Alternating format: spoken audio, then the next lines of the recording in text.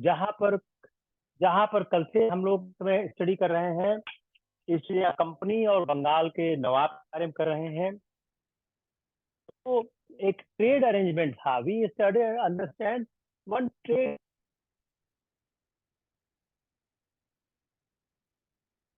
था। किस किस की था? बिटवीन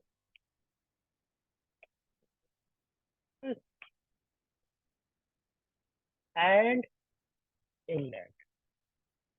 यह के लिए अनफेवरेबल था। For Mughal it is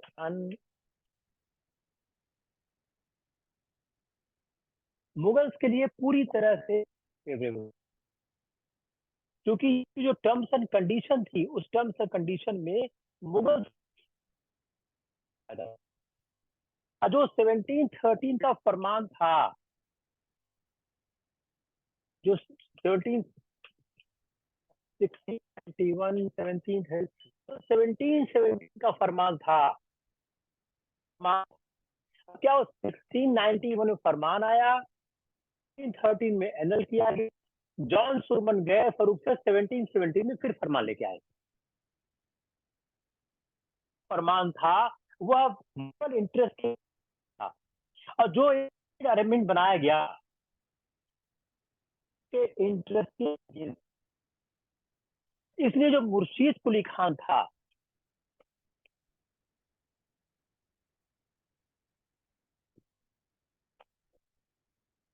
Khan was not, तो इससे उसको टैक्सेस का नुकसान हो रहा था, इससे टैक्सेस का नुकसान हो रहा था। उस समय हुआ फोर्ट विलियम को ये लोग फोर्टिफाई करने लगे।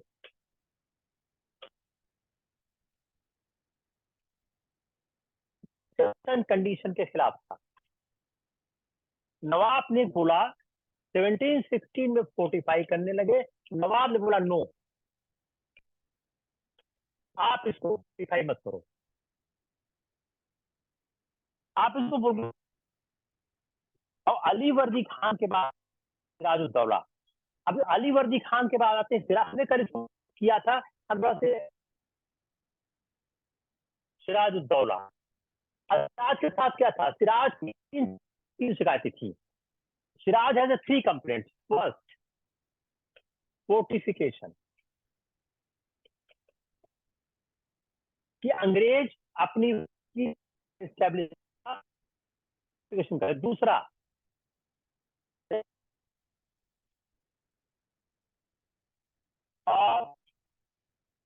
कॉमर्शियल प्रिविलेज था। ठीक है, जो ऑब्जेक्शन क्या थे? सिराज के 3 महत्वपूर्ण ऑब्जेक्शन थे अमेरिका अंग्रेजों के खिलाफ में थी।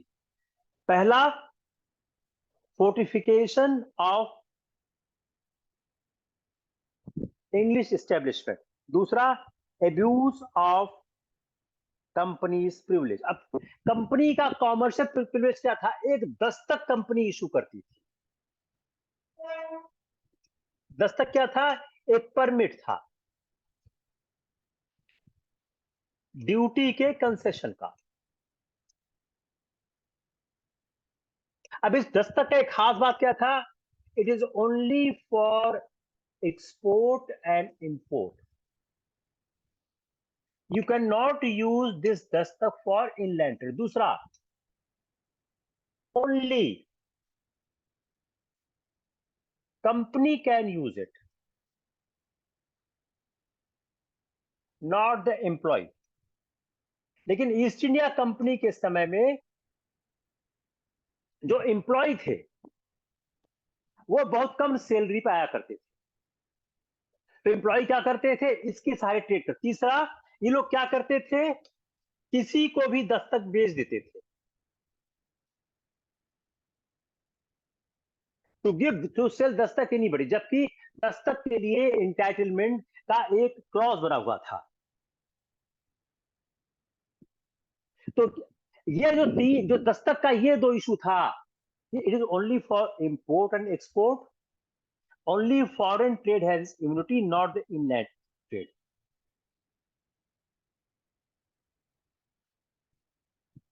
अब इससे नाराज हो क्या हुआ, सिराज अटैक, सिराज अटैक कर दिया और 1756 में कलकत्ता कैप्चर कर लिया।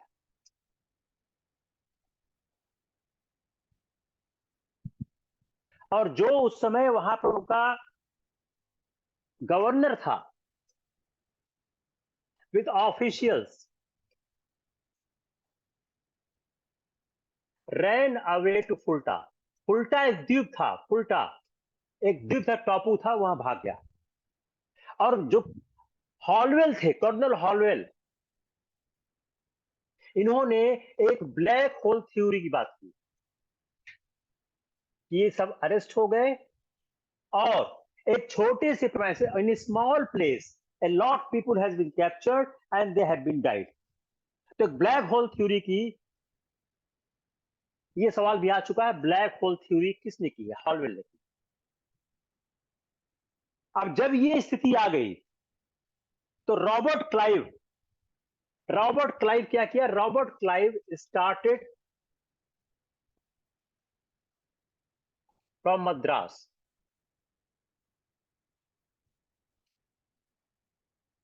और रॉबर्ट क्लाइव के साथ थे वॉटसन, एडमिरल वॉटसन। ये लोग कलकत्ता पहुंचे, इन्होंने वहां पर मदद की और कलकत्ता को उन्होंने रिकवर कर लिया ऑन 21 में 1757 कलकत्ता रिकवर हो गया।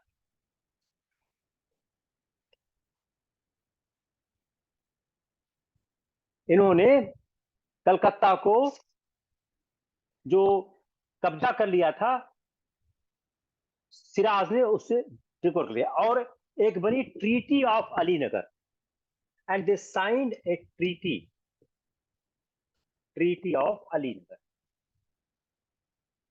अलीनगर की एक संधि, they signed a treaty of Alinagar. उसमें क्या हुआ, कॉमर्शियल प्रिविलेजेस रिकॉग्नाइज्ड। जो अलीनगर की ट्रीटी साइन की गई, इस ट्रीटी में जो पहला काम किया गया, जो कॉमर्शियल प्रिविलेजेस थे उन कॉमर्शियल प्रिविलेजेस को उन्होंने रिकॉग्नाइज कर दिया कि जो कॉमर्शियल प्रिविलेज इनको मिले हुए हैं वो कॉमर्शियल प्रिविलेजेस बरकरार रहेंगे। दूसरा,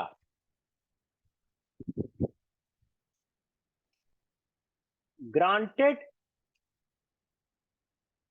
फोर्टिफिकेशन ऑफ ब्रिटिश एस्टेब्लिशमेंट। जो कलकत्ता उनका था उसको फोर्टिफिकेशन के राइट को उन्होंने स्वीकार कर लिया कि आप इसको फोर्टिफाई कर सकते हो, फोर्टिफाई करने को स्वीकार कर लिया। Third, you can mint coin. Fourth, compensation for losses.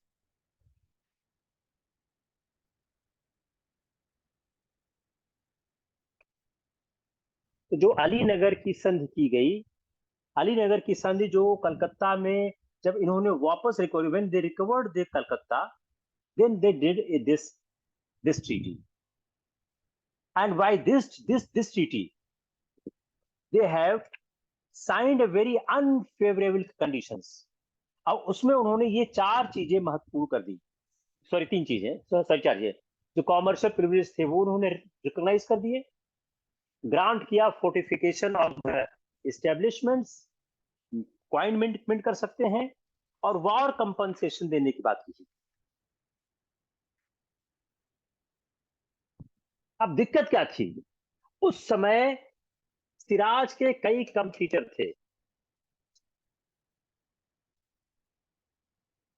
जो जो सिराज का जो जो उस मिडवल काल में there was a lot comes for the throne. तो नवाब शौकत जंग और घसी की बेगम, नवाब शौकत जंग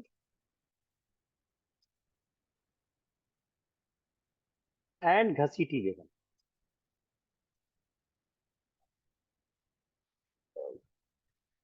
These two are the aspirant of the throne. ये दोनों सत्ता चाह रहे थे, इन लोगों को सत्ता की इच्छा थी कि सत्ता इनको मिल जाए. They are very much keen to have the control over the throne. So when at the time of the Sirajuddin, जब सिराज ने सत्ता लिया, divided family was divided family, army was hostile, and the subjects alarmed. तो आप कह सकते हैं एक अव्यवस्था की स्थिति थी. अब इन्होंने क्या किया, Siraj captured all belongings of घसीटी बेगम. घसीटी बेगम की सारी बिलोंगिंग्स को उन्होंने कैप्चर कर लिया, सारी बिलोंगिंग्स को ले लिया, और मीर जाफर को हटाकर in place of Mir Jafar he made Mir Madan head of army. Mir Jafar के प्लेस पे मीर मदन को इसने हेड ऑफ आर्मी बना दिया. और तीसरा आदमी था Mohan Lal, to whom he has given all powers, and he is like a prime minister. तो जो सत्ता का परिवर्तन था, यह दिक्कत लगातार हो रहा था. तो जब कलकत्ता पे अधिकार कर लिया, उसी समय अब जब कलकत्ता को कैप्चर किया था, when Calcutta was captured by Siraj, उसी समय उसे दीवानी के राइट प्राप्त हुए थे एम्परर से उसको दीवानी के राइट प्राप्त हो गए थे. बंगाल, बिहार, उड़ीसा की सूबेदारी की, बंगाल, बिहार, उड़ीसा, इसकी सूबेदारी के भी राइट मीर जाफर को प्राप्त हुए थे. अब इंग्लिश एंड सिराज के बीच टेंशन हो रहा था. Tension was between English and Siraj. अब जो उस समय एंग्लो फ्रांसीसी स्ट्रगल भी चल रहा था, उसमें एंग्लो फ्रांसीसी struggle was also going on. उस समय जो अंग्रेजों का और फ्रांसीसियों का वह संघर्ष चल रहा था कर्नाटक में. इसलिए अंग्रेजों के लिए आवश्यक हो गया था कि अपने वो जो फुटहोल्ड, चूंकि एंग्लो फ्रांसीसी स्ट्रगल चल रहा था कर्नाटक में, तो English wanted to have a strong foothold in Bengal because Bengal is the supply chain. जब समझने की कोशिश करें कैसे प्लासी क्रम बढ़ रहे हैं, बंगाल एक सप्लाई चेन था, वो इंपॉर्टेंट सोर्स था आर्मी को सप्लाई करने के लिए. और जो प्रेजेंस था फ्रांस का चंद्रनगर में, और उसमें जो फ्रेंच था, उसमें फ्रेंच का इस्टेब्लिशमेंट था चंद्रनगर में. It is close to Calcutta.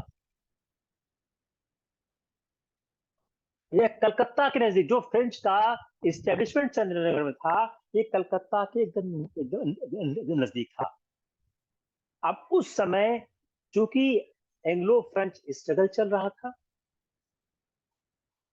Calcutta में इनको अपने पैर जमाने आवश्यक थे, और फ्रेंच चंद्रनगर में थे जो कलकत्ता के नजदीक था. इन परिस्थितियों में, in this circumstances, English started certain works. कुछ काम उन्होंने स्टार्ट कर दिया अपनी परिस्थितियों को मजबूत करने के लिए, जिसको कोई सिराज ने लाइक किया, सिराज को कंप्लेन। पहला क्या हुआ, इन्होंने रिवर साइड को रिपेयर किया, रिवर साइड को रिपेयर किया। तो उन्होंने उन स्थानों का, they started repairing those places which may be helpful to movement of the army and supply। लेकिन जो ये रिपेयर था, इट इज ए वॉयलेशन। जो उनको राइट दिए गए थे, इंग्लिश को, इंग्लैंड को राइट दिए गए थे जो इस कंपनी को, यह वॉयलेशन था जो टर्म्स ऑफ ट्रेड का था। अब दूसरा क्या है, Siraj orders, Siraj order, Siraj order क्या ऑर्डर किया, to both French and English not to fortify. बोला कि आप फोर्टिफाई नहीं करोगे, नॉट टू फोर्टिफाई। तो Siraj order to English and French not to fortify,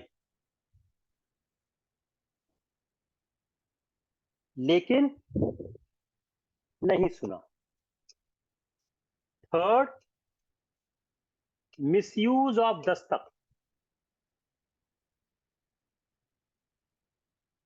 I already explained what is dastak.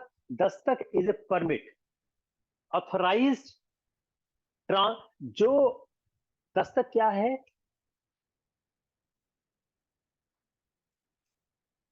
Permit authorising transit of goods without payment of duty. तो दस्तक का ये मिसयूज लगातार कर रहे थे। अब ये दस्तक, अब ये जो दस्तक था, दस्तक के दो खास बात थे, ये ओनली फॉर कंपनी, इंडिविजुअल्स नहीं। तो दूसरा, only for export import.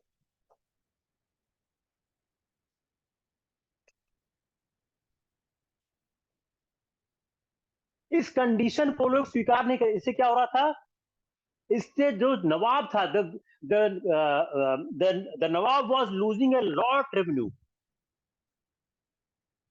Third क्या था, थर्ड, एजाइलम। एक घसीटी बेगम का एक सपोर्टर था, राजा राजवल्लभ, राजा राजवल्लभ, राजा राजवल्लभ। इसका सन था कृष्ण वल्लभ। ही embezzled and with women and the money he ran away to the Britishers, and Drake, who was the governor, that Drake has given asylum।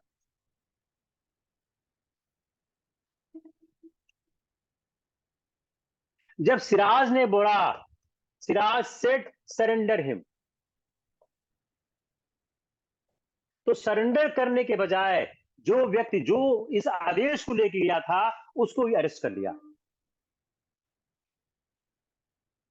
ये reason थे सिराजुद्दौला के नाराज होने के, और इसीलिए 1756 में कासिम बाजार को पहले कैप्चर किया। पहले 1756 में कासिम बाजार को कैप्चर किया, उसकी फैक्ट्री को इन्वेट किया। उसके बाद उन्होंने कलकत्ता पर अटैक किया, और इस कलकत्ता पर अटैक करने के समय जो ड्रैग था वो अपने लोगों के साथ भाग गया, रैन away to फुल्टा।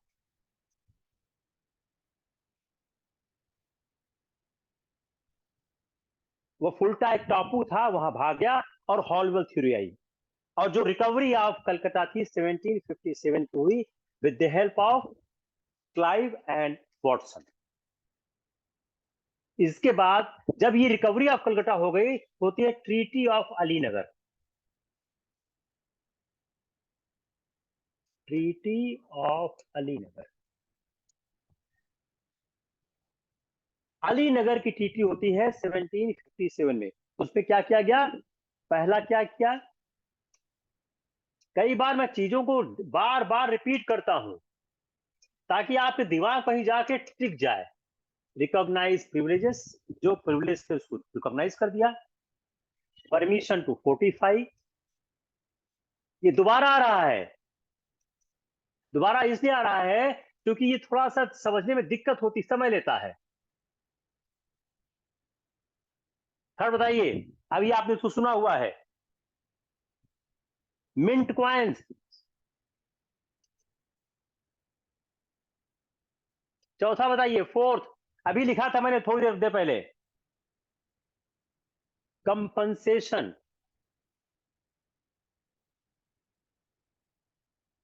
What loss oblique damage to Calcutta. Clear.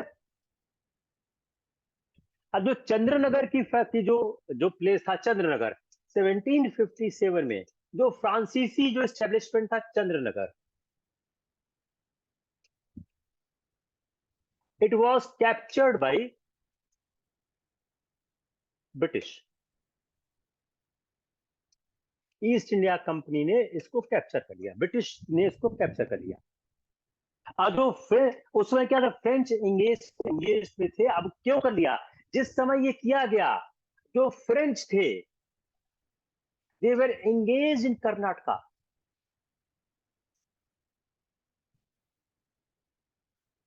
French was engage in Karnataka, so no help came. और सिराज भी उनकी मदद नहीं करता। अब सिराज क्या था? सिराज को decision, why Siraj, why Siraj not sided with French. जबकि ये खास बात है कि दुश्मन का दुश्मन है आपका दोस्त होता है। तो सिराज, पहली बात, पहला कारण, सिराज को he was fearful of the British, कि अगर वह इनके साइड करेगा, अगर वह इनके साथ चला जाएगा तो ब्रिटिश नाराज होंगे और अटैक करेंगे। दूसरा, जो फ्रांस ने क्या किया था, हैदराबाद में निजाम को फ्रेंच ने पपेट नवाब रखा था। तो दे थॉट कि if I will go with the French, then I will also be made a puppet Nawab like the Nizam. These are the two reasons. These are the two reasons why. These are the two why Siraj has not sided with the French. Despite that, it may helpful him to fight with the Britishers. अब जब इन्होंने चंद्रनगर पे इन्होंने attack किया,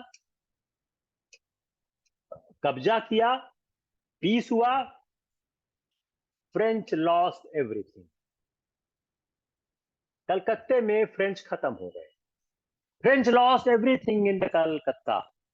जो treaty हुई उससे सारी मिलिट्री पावर चली गई और बंगाल पूरी तरह से इनके कंट्रोल में आ गया। अब एक कॉन्स्पिरेसी शुरू हो गई। अब इंग्लिश क्या हो गए, वो ज्यादा एग्रेसिव। उन्होंने बोला सिराज से, expel all Frenchman, expel all Frenchman from fort. जो भी आपके पास फ्रेंचमैन है उनको आप एक्सपेल कर दो। अब इस तरह की शर्तें क्यों रख रहे थे? ये न्यू नवाब चाह रहे थे। मीर जाफर वो दे नहीं पा रहा था। मीर जाफर के पास कोई आमदनी नहीं थी, उसके पास रेवेन्यू को कोई सोर्स नहीं था, वह टैक्सेस नहीं कर पा रहा था। तो Mir Jafar was not able to meet, sorry, Siraj was not able to meet the undue demands of the British empire. Then Britishers and plus Mir Jafar made a secret treaty. We are progressing towards the Plassey battle. उन्होंने secret treaty की। पहली क्या बोला कि all French fugitive will be surrender. सारे French fugitive जो है वह सरेंडर कर दिए जाएंगे। जो भी इंग्लिश लॉसेस है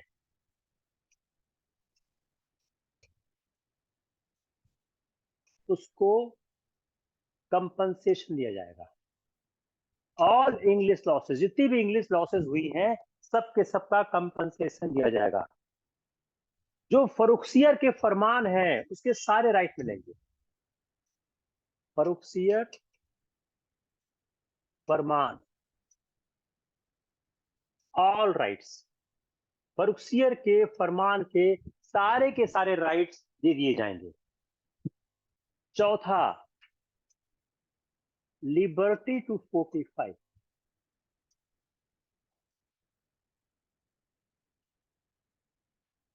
जो ब्रिटिश एस्टेब्लिशमेंट है उसको फोर्टिफाई करने की लिबर्टी प्राप्त होगी, लिबर्टी कर सकते हो। बिलो हुगली,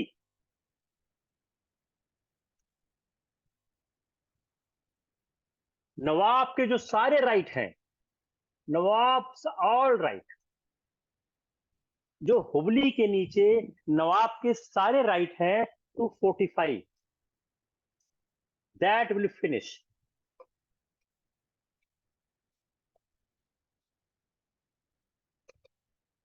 मतलब हुबली की, बिलो हुबली नवाब के पास फोर्टिफाई करने का कोई भी राइट नहीं मिलेगा। Recognition, recognition of British sovereignty in Calcutta. Calcutta में ब्रिटिश की सोवर्निटी को रिकॉग्नाइज मिलेगा।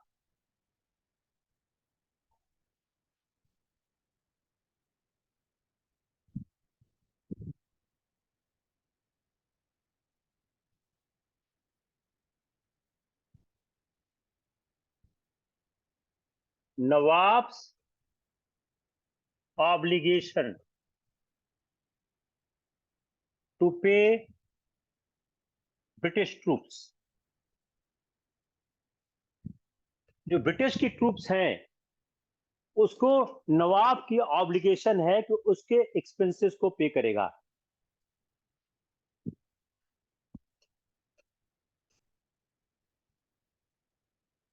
British resident in Nawab's court.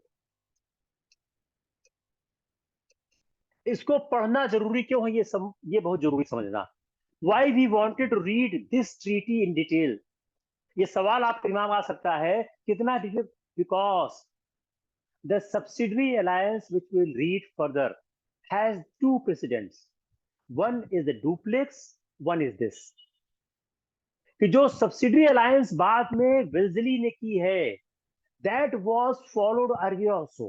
तो ये इतनी शर्तें की। अब इन शर्तों को अगर कंपेयर करें कि इनका और सब्सिडरी अलायंस के बीच फर्क क्या था, what was happened in this treaty which was the conspiracy done by the Mir Jafar against the Siraj. This has the this has the 8 classes. अब इसका और सब्सिडी लाइन्स में क्या फर्क था? There's two difference. There's two difference between this and subsidy alliance. Number one, no land politically ceded.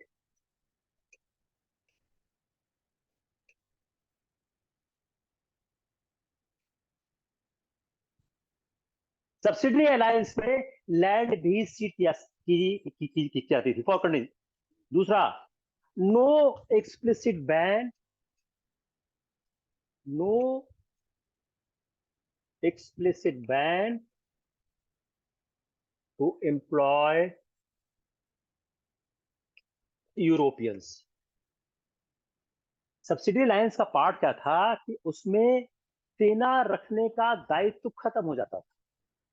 British used to make such alliance with the Indian ruler, and they take the responsibility to protect them. For that, they take the money, and most of the time they take the land or jagir. Second part, they employ that the Nawab, the Indian ruler, has to employ a British resident in his court, and he cannot employ any Europeans in his own services. If you compare that subsidiary alliance, which Wellesley has followed, these two are the differences. और duplex ने सबसे पहले subsidy alliance बात शुरू की। हम जब आएंगे, हम छोटा सा चैप्टर करेंगे एंग्लो फ्रेंच स्ट्रगल का, then I will explain that. अब ये बहुत ही खतरनाक था, ये बहुत ही खतरनाक था। अब इससे क्या हुआ, इस संधि का क्या हुआ कि इंग्लैंड को 3 इयर्स के ट्रेड का पैसा मिल गया। It is very damaging, it is very damaging. जिस तरह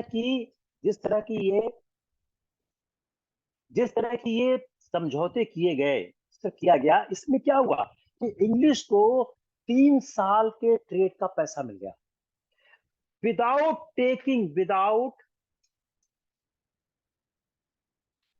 taking any money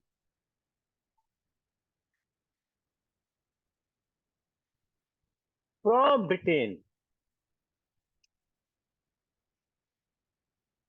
they are able to transact here.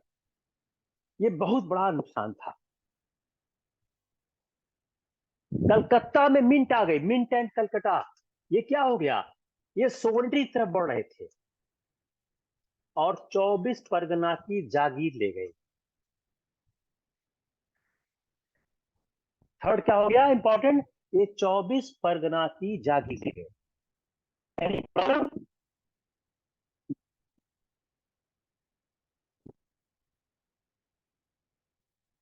तो ये जो ये इंपॉर्टेंट एस्पेक्ट आए, इस इंपॉर्टेंट एस्पेक्ट ने बहुत ही बड़ा परिवर्तन ले आए। उसके बाद क्या हुआ, प्लासी का बैटल हो गया।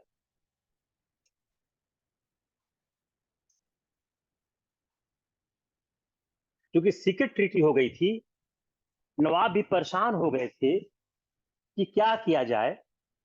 तो उन्होंने जो मीर जाफर से जो पैसा प्राप्त हुआ, जब इन्होंने ये सीक्रेट ट्रीटी किया, सीक्रेट ट्रीटी के बाद प्लासी का युद्ध हुआ। प्लासी के युद्ध के बाद ये सीक्रेट ट्रीटी हुई।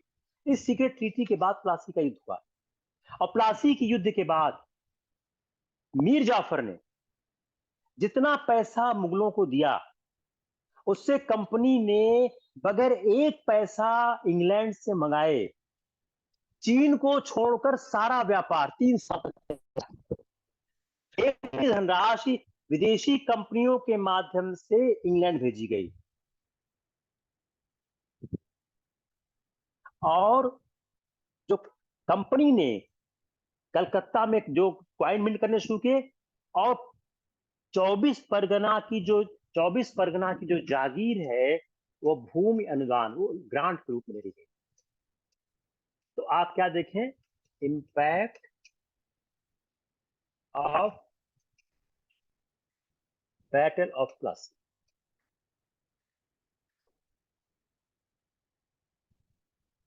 कोई भी प्लासी के बैटल का इंपैक्ट बगैर उस सीक्रेट ट्रीटी को जाने आप एनालाइज नहीं कर पाएंगे। Suppose you are writing in the mains impact of Plassey of battle, अगर आपने सिर्फ ये 2 चीज लिख दी, एक क्या लिख दिया आपने, without taking any money from England, they were able to do the trade except of China for 3 years. second, coin minting, third, got the Deewani of 24 Pargana. It is an incomplete answer. इसलिए आपके लिए आवश्यक है जो एक secret treaty हुई थी उस सीक्रेट ट्रीटी को आप जरूर लिखें. उस सीक्रेट ट्रीटी को आप लिख देंगे तो आपका आंसर बहुत अच्छा हो जाएगा. तो अगर प्लासी पर कोई सवाल आता है तो आप क्या क्या लिखें? पहला, reason, second, secret treaty, third, the 3 points. जो 3 पॉइंट्स मैंने अभी लिखे, ये 3 चीजें आप लिख लेंगे, आपका आंसर काफी अच्छा हो जाएगा. अब उसके बाद जब मीर जाफर राजा बना,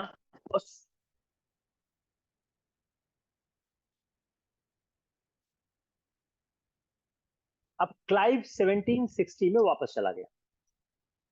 1760 में क्लाइव वापस चले गए और Holwell became the new governor. Holwell एक नए गवर्नर बनके के सामने आ गए. अब उस समय 3-4 घटनाएं हुई. 1759 में डच फिनिश हो गए. 1759 में डच फिनिश हो गए.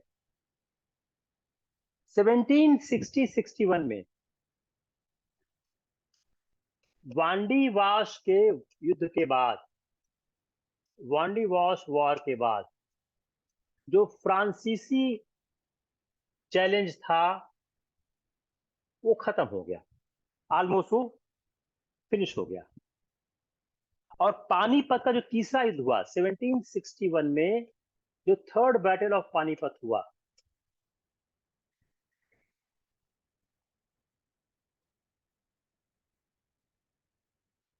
इसमें जो मराठों की ताकत थी, जो मराठों का जो एक ताकत थी, मराठा पर शक्तिहीन हो गए.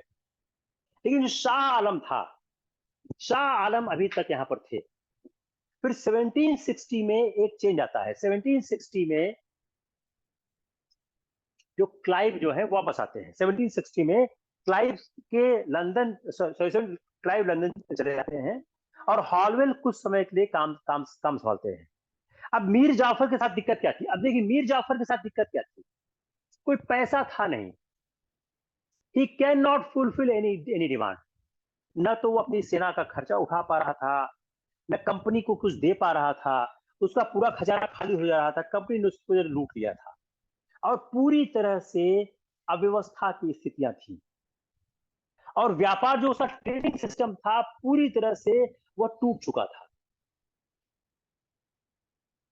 अब चूंकि मीर जाफर कंपनी की मांग पूरी नहीं कर पा रहे थे तो उसने कंपनी को नदिया और वर्धमान, कंपनी को नदिया एंड वर्धमान, इसके कुछ इलाके दे दिए. Because he was not able to fulfil the demand of the company, so he has given the areas of Nadia and Bardhaman.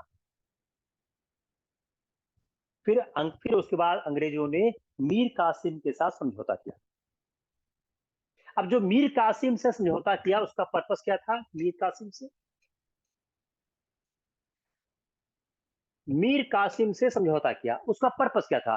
Y they have done is the treaty with the Mir Qasim. क्योंकि Mir Jafar is unable to pay any demand and Holwell has advocated कि Mir Jafar need to remove और Qasim need to install. तो बर्धमान, मिदनापुर, चिटगांव, जब मीर कासिम आए तो बर्धमान,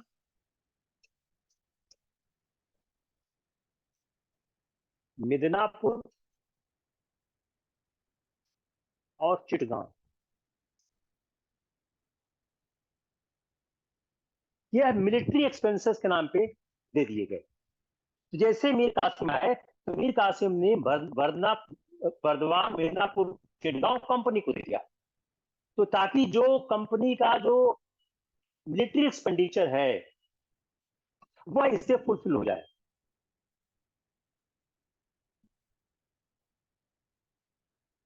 मीर कासिम ने एक drastic step लिया, उन्होंने ऑल टैक्सेस को 2 इयर्स के लिए सस्पेंड कर दिया। ही सेड कि जो इंडिया के ट्रेडर्स थे उनको बहुत नुकसान हो रहा था, तो इक्वलाइज करने के लिए उसने 2 सालों के लिए सारे ट्रेड जो 2 ईयर से टैक्सेस उन्हें फिनिश कर दिए। इससे इंग्लिश नाराज हो गए और Jafar again came back on the throne. Jafar again came back on throne. Jafar को फिर वापस लाए क्योंकि उनको कठपुतली नवाब चाहिए होते हैं।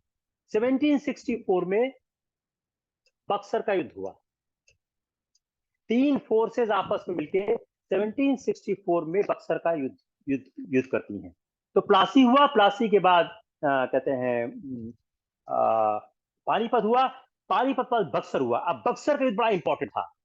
East India Company Mir Qasim, Shujauddaula, Shah Alam. Mir Qasim,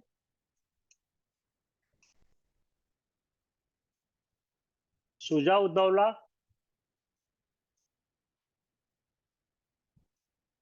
Shah Alam versus East India Company. 1764 में बक्सर का युद्ध हो गया। और इस बक्सर के युद्ध का बक्सर का युद्ध का महत्व क्या बात क्या थी? जो बक्सर का युद्ध हुआ इसमें इसमें इंग्लिश इंडिया कंपनी का पूरा साम्राज्य स्थापित हो गया। तो जो मीर जाफर के बाद मीर कासिम आते हैं। मीर कासिम मीर कासिम ने जो जमींदारी अवार्ड की बर्दवान, मिदनापुर, अशरफ थी और उनको हैंडसम प्रेजेंट दिए 29 लाख रुपए के। तो जब मीर कासिम आए तो मीर कासिम ने लूट में क्या की? बर्दनापुर, चिटगांव और 20 लाख रुपीस कैश। तो 3 उन्होंने जमींदारी दी, चिटगांव, वर्दनापुर, मिदनापुर। तो जब मीर कासिम ने सत्ता संभाली उन्होंने ये उनको पैसा दिया। अब मीर का दिक्कत क्या थी? मीर कासिम ये नहीं चाहते थे कि he would run as the Britishers wanted. He was a able administration and he realised that a full treasury is needed for the maintenance of the army. He tried to prevent the public disorder, to increase the income by removing corruption from the revenue administration. The Nawab has started to check the misuse of Farman of 1717, which the company servants were doing. And this Farman was injuring the Indian trader. तो उसने यह किया कि सारे के सारे taxes finish, क्योंकि जो कंपनी के सर्वेंट थे वह दस्तक का इलीगल इस्तेमाल किया करते थे। वो जो एब्यूज था, जो दस्तक का एब्यूज था, ये ऑनेस्ट इंडियन ट्रेडर को बहुत बुरी तरह प्रभावित कर रहा था। और ये नवाब के इनकम का एक सोर्स था, रेवेन्यू का सोर्स था, जो टैक्सेस। और कंपनी और उनके सर्वेंट फोर्स कर रहे थे इंडियन ऑफिशियल और जमींदार को to do give the present and bribes. और दिक्कत क्या थी? जो कंपनी के एम्प्लॉइज थे ये फोर्स कर रहे थे। किसके लिए? कि आप मुझको गिफ्ट दो और प्रेजेंट दो।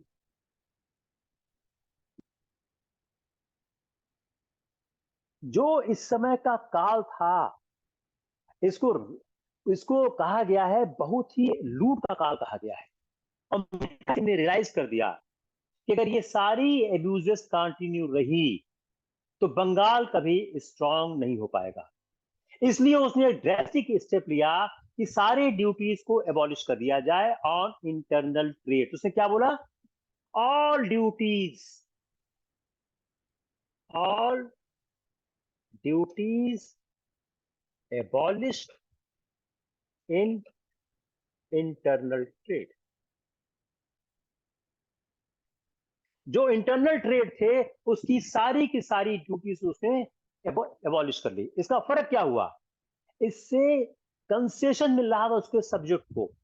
अब क्या है, इंग्लिश के लोग जो थे और इंडियन एक सेम फूटिंग में आ गए, लेकिन जो एलियन मर्चेंट थे, जो ब्रिटिशर्स थे, इस इक्वलिटी को स्वीकार नहीं कर रहे थे।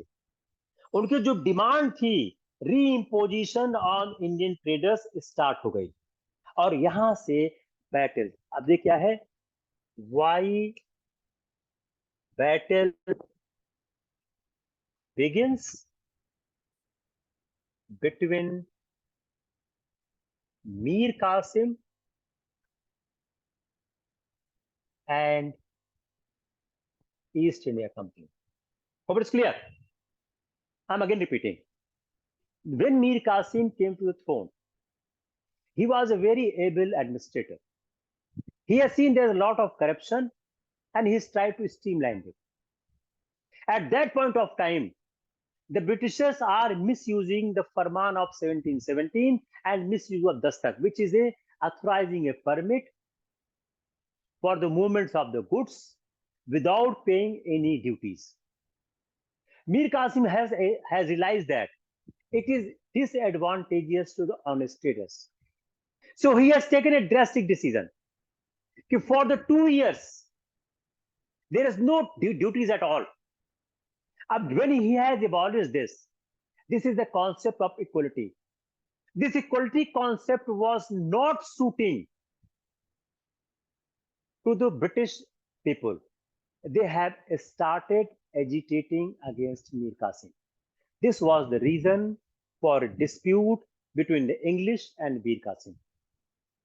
हिंदी में कर देते हैं कि जब ये मीर कासिम सत्तारूढ़ हुआ, सत्ता सिंहासन में आया, तो मीर कासिम ने यह देखा कि जो ब्रिटिश ईस्ट इंडिया कंपनी के लोग हैं वह 1717 के फरमान का सम्मान नहीं कर रहे हैं, उसकी शर्तों का पालन नहीं कर रहे हैं। 1717 के फरमान में एक दस्तक की प्रथा थी। दस्तक क्या था, वह अथवा इस बात को अधिकृत करती थी कि देश के भीतर जो मूवमेंट ऑफ गुड्स है वो किस तरह से बगैर टैक्सेस दिए जा सकते। जिसके पास दस्तक होता था वह बगैर कोई पैसा दिए इनसाइड ट्रेड कर सकता था।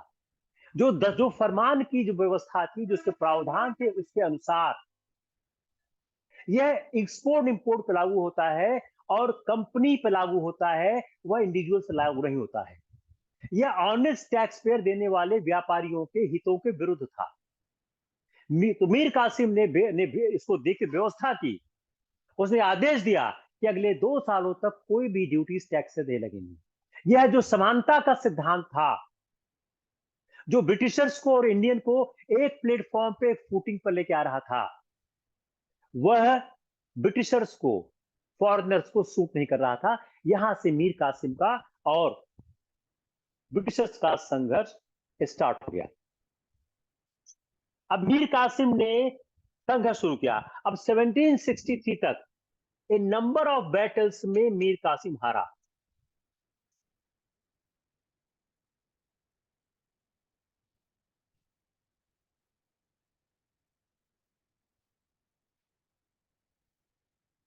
मीर कासिम कई बैटल लड़ा और वो लगातार हारता गया।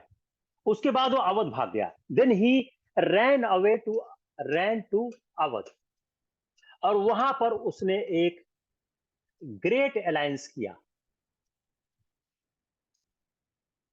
ही डिड ए ग्रेट अलायंस कि 3 शक्तियां, शुजा-उद-दौला जो नवाब का अवध था, शाह आलम सेकेंड जो मुगल एम्परर था, और मीर कासिम, तीनों ने मिलकर 22 अक्टूबर 1764 को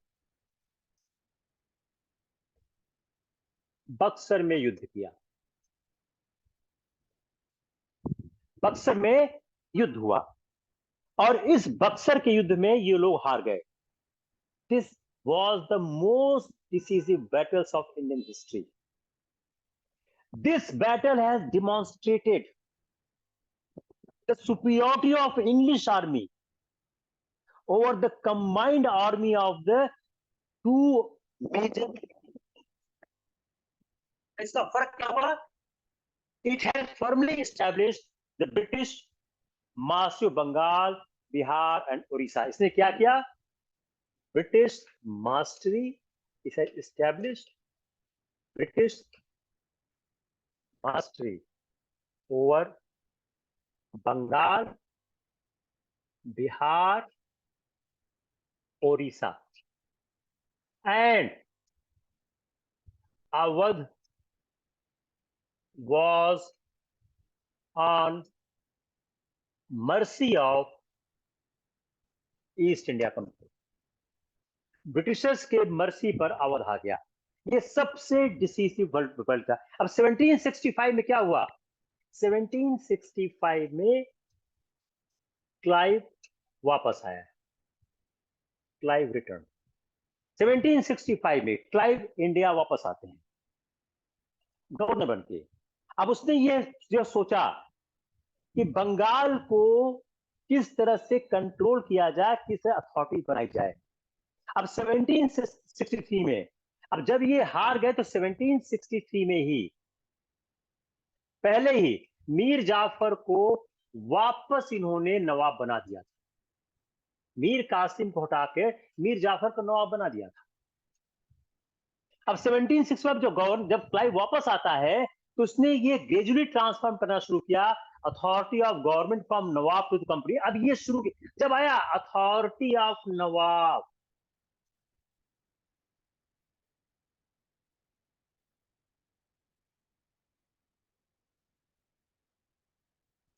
अब क्लाइव के साथ एक नई चीज आ गई कि जो अथॉरिटी ऑफ नवाब है यह कंपनी को ट्रांसफर होना चाहिए. और जब उन्होंने मीर जाफर को वापस सत्ता बैठाया था तो ह्यूज सम फिल लिया उन्होंने. अब मीर जाफर के डेथ के बाद उन्होंने क्या बोला, जो उसका सन था मीर जाफर के बाद उसका बेटा निजाम उद दौला. इसका नाम हिस्ट्री में बहुत इंपॉर्टेंट है, इसका नाम पूछा जा सकता है. निजाम उद दौला को उन्होंने नवाब बनाया और खुद अपने आप को उन्होंने रिवॉर्ड किया. अब फिर एक ट्रीटी की 1765 में एक ट्रीटी फिर की, बहुत इंपॉर्टेंट ट्रीटी की, जिसको बोलते हैं इलाहाबाद ट्रीटी.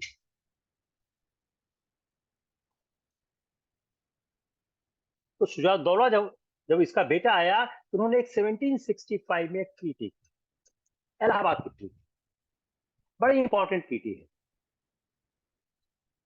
इसमें जो शुजा के ओल्ड जो ट्रीटी की गई, इस ट्रीटी में nawab was to disband most of his army and to administer Bengal through a deputy subedar. इस ट्रीटी से क्या हुआ? नवाब आर्मी को डिस्बैंड करेगा. नवाब आर्मी को डिस्बैंड करेगा और नवाब आर्मी को डिस्बैंड करने के बाद बंगाल किससे होगा? बंगाल एक डिप्टी सूबेदार से गवर्न होगा. बंगाल डिप्टी सूबेदार से गवर्न होगा. Bengal will be govern by a deputy subedar. और यह जो डिप्टी सूबेदार होगा, ये जो डिप्टी सूबेदार होगा, he will be nominated by company. ध्यान सुनिएगा, वेरी इंटरेस्टिंग पार्ट. जब क्लाइव वापस आता है तो उसने बोला कि फरवरी 65 में ट्रीटी की कि नवाब अपनी आर्मी को डिसबैंड कर देगा और बंगाल जो गवर्न होगा तो डिप्टी सूबेदार जो नॉमिनेट किया जाएगा कंपनी के द्वारा. और जो ये डिप्टी सूबेदार होगा who could not be dismissed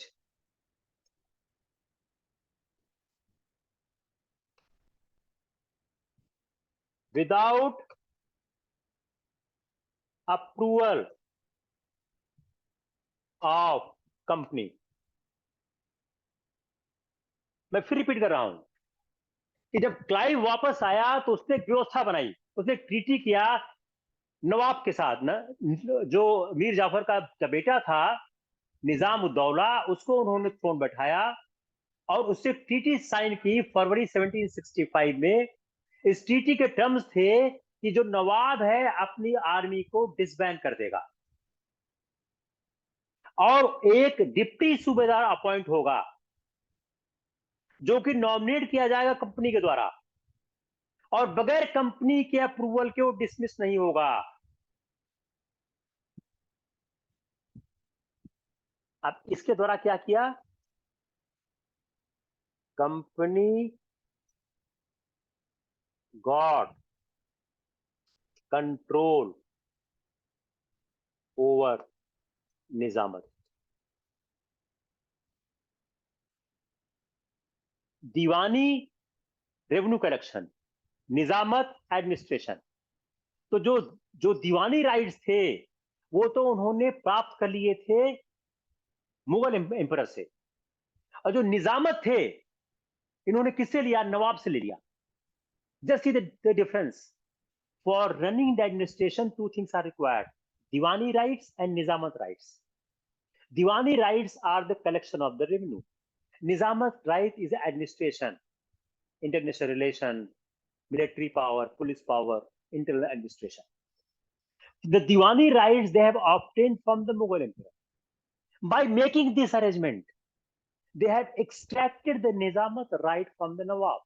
एक सवाल प्रीलिम्स का क्या हो गया कि मुगलों ने दीवानी राइट्स किससे लिए, sorry sorry east India Company ने दीवानी राइट्स किससे लिए और ईस्ट इंडिया कंपनी ने निजामत राइट्स किससे लिए। तो आंसर क्या हो गया, ईस्ट इंडिया कंपनी ने दीवानी राइट्स लिए मुगल एम्परर से और निजामत राइट लिए उन्होंने नवाब ऑफ बंगाल से, making this arrangement. Hope it's clear और नॉट क्लियर। और इसके बाद इन्होंने 15 लाख रुपया फिर एक्सट्रैक्ट किया नवाब से, 15 लाख रुपया इन्होंने फिर एक्सट्रैक्ट किया। जो मेंबर थे बंगाल काउंसिल के उन्होंने फिर 15 लाख रुपया नए नवाब से एक्सट्रैक्ट किया। अब जो शाह आलम सेकंड था,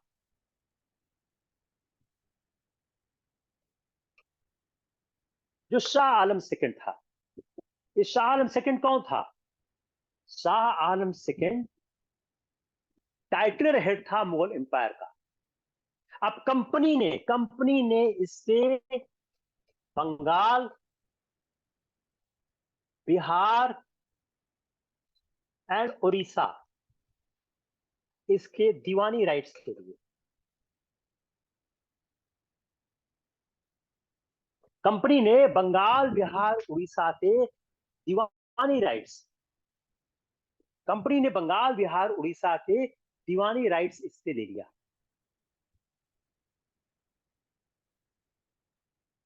अब इसके रिटर्न में क्या दिया, 26 लाख की पेंशन। कंपनी ने बंगाल, बिहार, उड़ीसा के दीवानी राइट से दिए और 26 लाख रुपीस दिया और सिक्योर किया district of Kora and Allahabad, और दिया डिस्ट्रिक्ट ऑफ कोरा इलाहाबाद। फिर रिपीट कर रहा हूं मैं कि कंपनी ने शाह आलम सेकंड जो टाइटलर हेड था उससे बंगाल, बिहार, उड़ीसा के दीवानी राइट्स ले लिए। अब जब ये कंट्रोल कर लिया, ये लीगलाइज हो गया, रेवेन्यू जो इसके मोस्ट प्रॉपर स्टेट का रेवेन्यू था वो लीगलाइज होके आ गया ईस्ट इंडिया कंपनी के कमांड में। अब इसके रिटर्न में क्या दिया, subsidy of rupees 26 lakh of rupees and secured for him the district of Kora and Allahabad. और जो ये एम्परर था ये 6 साल तक इलाहाबाद के 6 इयर्स इलाहाबाद के फोर्ट में रहा। ये 6 इयर्स तक इलाहाबाद के फोर्ट में रहा। ये बड़ा डिस्ग्रेसफुल रहा पूरे साम्राज्य के लिए। तो जो क्लाइव ने परसुएट किया निजामुद्दौला को to make over all the revenues to company. अब जो जो रेवेन्यू था, जो उसके बाद क्या हुआ, नेक्स्ट पॉइंट वेरी इंपॉर्टेंट। अब क्लाइव ने क्या किया, निजामुद्दौला को परसुएट किया, निजामुद्दौला को। देखिए एक कदम और आगे चलते हैं, क्योंकि निजामत राइट किसके पास था, नवाब के साथ था। तो क्लाइव ने परसुएट किया निजामुद्दौला को 50 लाख रुपया में। क्लाइव ने, क्योंकि 50 लाख रुपया में सारा रेवेन्यू दिया जाए और उसको पेंशन दे दी, पेंशन। क्लाइव ने निजामुद्दौला को इस बात के लिए परसुएट किया कि आप सारा का सारा दे दो, जो सारा का सारा चीज है वह दे दिया जाए, और 50 लाख रुपया उसको दिया गया। तो नवाब की स्थिति इतनी खराब हो गई कि क्लाइव ने गवर्नर के रूप में जब वापस आया तो निजामुद्दौला को 50 लाख रुपया की एनुअल पेंशन देकर बंगाल का पूरा राजस्व कंपनी को हस्तांतरित करने के लिए सहमत कर लिया। तो जो उनके पास था वो भी ले गए। जो उनके पास एक निजामत के लिए जो खर्चा था वो सारा का सारा ले लिया। तो क्लाइव ने निजामुद्दौला को पूरी तरह से फिनिश कर दिया। अगर आप इसको पूरा समझने की कोशिश करें तो ये एक ऐसा अरेंजमेंट किया गया कि जो ब्रिटिश ईस्ट इंडिया कंपनी है उसने बंगाल को पूरी तरह समाप्त कर दिया। तो दो महत्वपूर्ण चीजें थी, दीवानी की और निजामत की। नवाब की हालत इतनी खराब हो गई कि क्लाइव ने गवर्नर के रूप में जब वो फिर से आया तो नजरुद्दौला को 50 लाख रुपए सालाना पेंशन दे दिया और बंगाल पूरा ले लिया। उसके बाद उन्होंने, उसका बेटा आता है, उसको कम के 12 लाख लाख कर दिया। और 1775 में और 1775 में सुप्रीम कोर्ट कलकत्ता की एक डिसीजन देती है, बहुत महत्वपूर्ण है, एक डिसीजन दे देती है। वो डिसीजन क्या होता है, वो डिसीजन ये कहता है कि जो नवाब है is not sovereign, Nawab not sovereign. Nawab sovereign नहीं है। 1775 में सुप्रीम कोर्ट का डिसाइड कर देती है कि nawab is not a sovereign prince, वो सोवरेन प्रिंस नहीं है। तो यह एक द्वैध शासन का युग स्टार्ट होता है। तो ये ड्यूअल, हम लोग ड्यूअल गवर्नमेंट और कर लेते हैं, देन आज की क्लास हम लोग फिनिश करते हैं। The last part is dual government of administration. अब जो ईस्ट इंडिया कंपनी है, ईस्ट इंडिया कंपनी, ये east India company real master हो गई बंगाल की फ्रॉम 1765। अब नवाब क्या हो गया, ये डिपेंडेंट हो गया इंटरनल और एक्सटर्नल सिक्योरिटी के लिए। दीवान ऑफ द कंपनी, जो दीवान जो कंपनी है, कंपनी डायरेक्टली रिकवर करती थी रेवेन्यू। कंपनी डायरेक्टली रिकवर करती थी रेवेन्यू, जो उसको, और उसने पर राइट था डिप्टी सूबेदार, डिप्टी सूबेदार को अपॉइंट करती थी। एंड जो निजामत का काम करता था, who was working for the Nizamat, administration काम करता था। तो कंपनी ने डिप्टी सूबेदार को अपॉइंट करने का राइट रखकर वह निजामत को भी कंट्रोल करती थी। निजामत पुलिस और जुडिशियल पावर को देखता था। इसको कहा गया है डबल गवर्नमेंट। यह ब्रिटिश के लिए एक ग्रेट एडवांटेज की बात हुई। और बाद में उन्होंने निजामुद्दौला को पेंशन दे दी और पेंशन देके निजामत का भी राइट ले लिया था कि आपको 50 लाख पेंशन दे रहे हैं, आप चले जाओ, आपसे कोई मतलब नहीं है।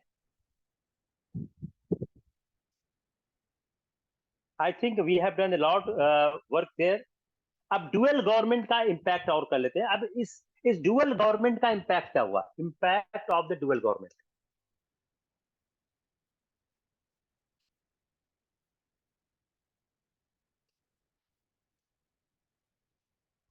इस द्वैध शासन का असर क्या आया, failure of administration.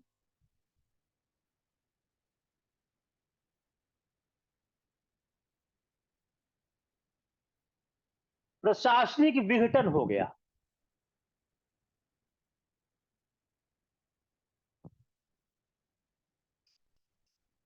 Decline of trade and commerce,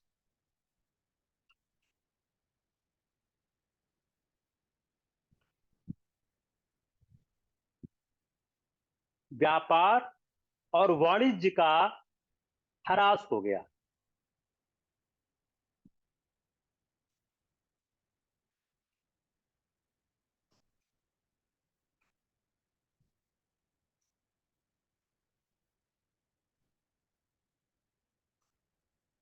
destruction of textile and industry, रेशम और कहते हैं कपड़ा उद्योग का विनाश हो गया।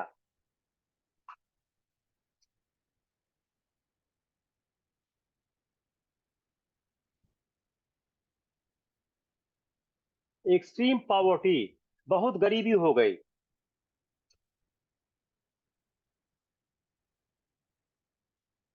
सत्रह सौ सत्तर का अकाल पड़ा, 1717 का फेमिन पड़ा, डेथ रेट बढ़ गए।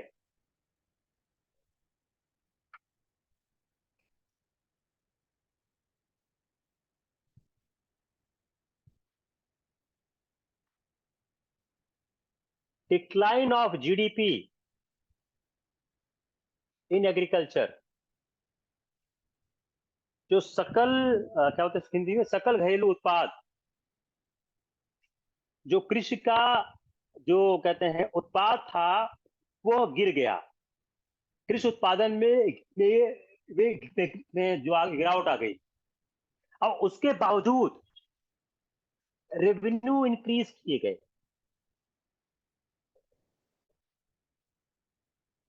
बड़ा अनफॉर्चुनेट है कि आपके कृषि उत्पादन में गिरावट हो रही है, but you are increasing the revenue कितना, 10%।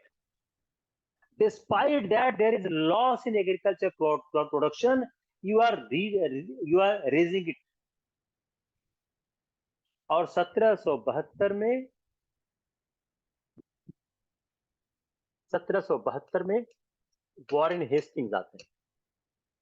वॉरेन हेस्टिंग्स आने के बाद जो द्वैध शासन था, ड्यूअल शासन को खत्म कर दिया गया। और उन्होंने बंगाल का गवर्नर, उन्होंने बंगाल का शासन प्रारंभ किया और द्वैध शासन व्यवस्था को खत्म कर दिया।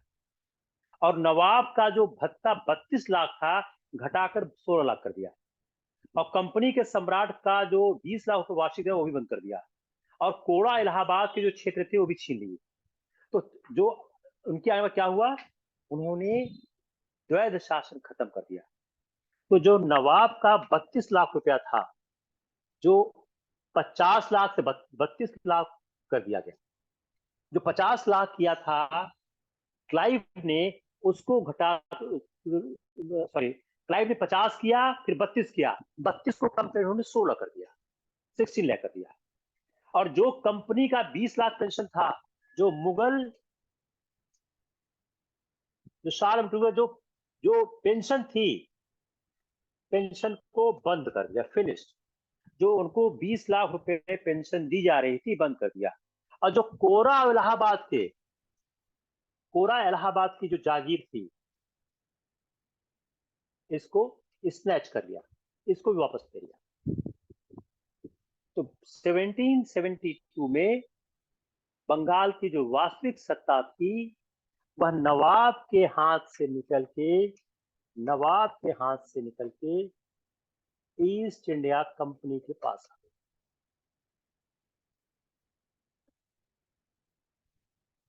This is the complete issue. एक चीज रह गया है, एंग्लो फ्रेंच राइवलरी, वो छोटा सा पार्ट है। Then we start analysing the economic impact of British empire. It is very difficult to teach modern India if you want to teach in a great detail, because there is a lot of issue in the modern India. तो इसलिए अगर इसको पूरी तरह पढ़ाना हो तो काफी समय लगता है। और कई बार हमको खुद लगता है कि शायद मैं पूरी तरह क्लियर नहीं कर पा रहा हूं। It happens because lot facts are interwoven, बहुत से तथ्य आपस में मिले हुए हैं। और मैं बता रहा हूं यूपीएससी के सवाल बगैर इस तरह पढ़े आप सही नहीं कर सकते। From last 4 years since we have started teaching, हम लगातार यही आपसे कहते आ रहे हैं। अगर इस तरह से आप नहीं पढ़ेंगे तो एग्जाम में कोई सफलता नहीं। आप लोग इस को लाइक करें, हम लोग बड़ी मेहनत से पढ़ा रहे हैं। अब अगली क्लास में शौर्य और अनु सर भी आ रहे हैं। You try to, I always repeat कि आप इस लेक्चर को 2 बार सुनो, इसकी लाइन बाय लाइन लिखो, you will find a lot clarity in your mind. क्योंकि हम लोग बहुत इंटरेक्टिव क्लास नहीं कर पाते हैं, तो इसलिए आप अपने सवालों को कमेंट बॉक्स में लिखें। कमेंट बॉक्स में बहुत कम लोग लिखते हैं, ज्यादा लोग लिखे कमेंट। एक जनरल ग्रेटिट्यूड होता है, गुड इवनिंग, थैंक यू, वो भी आप जरा सीखें। आप लोग अफसर बनना चाह रहे हैं, कोई आदमी कुछ लिखता ही नहीं है, आप उस पर लिखे तो कि आपने क्लास सुना, आपको क्लास कैसी लगी, आप क्लास में और क्या चाहते हैं, आप क्लास में क्या सुधार चाहते हैं, मटेरियल क्लियर हो रहा है नहीं हो रहा है। अगर आपको क्लियर नहीं हुआ, बताया साहब इस पॉइंट पे क्लियर नहीं हो रहा है, इस पॉइंट पे और क्लैरिटी चाह रहे हैं, will try to make more simple. जितना सिंपल ज्यादा से ज्यादा करने की कोशिश करते हैं, हम कर रहे हैं। अगर और सिंपल चाहिए उसको भी कोशिश करते हैं। Take care. मैं फिर आपसे रिक्वेस्ट करूंगा, ज्यादा से ज्यादा लोग बताएं, चैनल को सब्सक्राइब करें, लाइक करें, लोगों को रीच तक ले गए। Thanks a lot, will see you again soon. Thank you.